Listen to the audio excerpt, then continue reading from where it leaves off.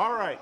So we just got off the Superwomen Panel. We had an amazing discussion about the future of women's health, about how this new era is about shifting what has previously been an ignored space in spite of 80% of health decisions being made by women, medical gaslighting, poor representation in leadership, extraordinarily low representation in clinical trials has fundamentally held women back from living the healthiest, longest lives as possible.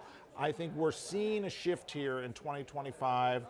Chloe, you and I walked the floor yesterday. We saw more femtech, more investment in women's health than ever before. What are you most excited to go back and see again? What conversations are going to continue after today?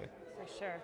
Well, first off, I'm super excited to see that between what we read to produce this report and the reality of what we're seeing in the floor, that it's a dream come true. It's no longer theoretical, but it's actually happening. Finally, investors, business, and governments are acknowledging the need to invest in women's health, and you're seeing that throughout a wave of startup and innovations, not only at the floor and CES and beyond. So we've done tons of really great stuff with perimenopause and menopause and maternal health and fertility, all things that I think will really benefit women's well-being in the long term. Yeah. Maggie, you're a practicing physician in the infectious disease space. You lead innovation for ViiV Healthcare, and this is not your first time at CES. And I think one of the things you and I talk about is about all of the things that you see here across health and other sectors that inspire you to think about what's next. What are you excited to sort of see to inspire you to think about what's next? Well, I'm excited to be here at CES because the what's next is here, right? Like, here is where we get inspiration, and we need to, in the healthcare sector, look beyond just the digital health tech that's out there, but really look at the automotive space. What's going on in new AI technology to help support communications and advertising, and home, what's going on in the home, and how are we using those digital tech tools at home to really kind of change the way we live and our well-being. So I'm really excited to see everything that's here, not just the digital health technologies, but I think this is going to be a great conference. You're going to pick your next car, your next television before you leave here today too? Maybe, but I'm definitely going to get inspired by them and bring all that technology back into the health sector. That's what I can tell you for sure. All right. I feel, Chloe, like we're seeing a turning point, right? That just a couple of years ago, only 2% of VC funding was for women's health.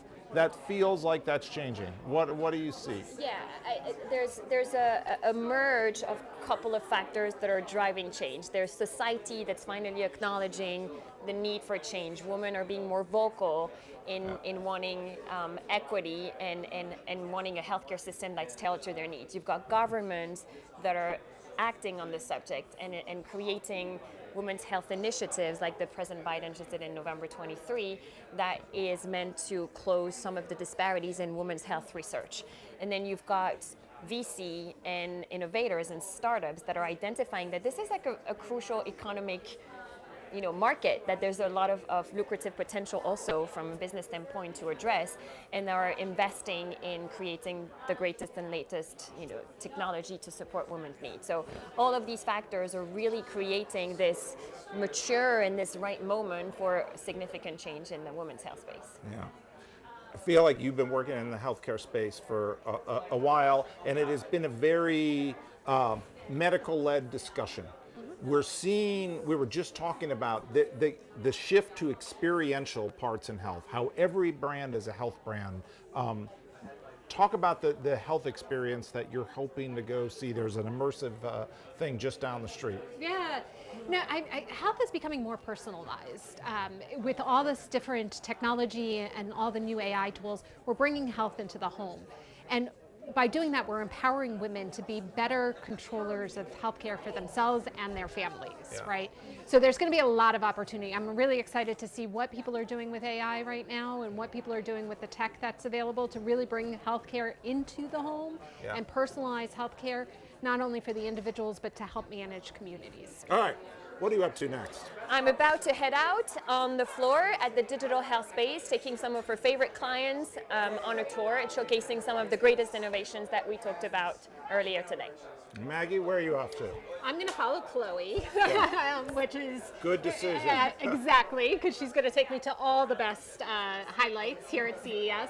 And then later today, I'm going to ViiV Studios to have an immersive digital health experience. So I'm looking forward to that. I think I'm just going to follow along with you guys. All right, thanks for being here. Have a great CES.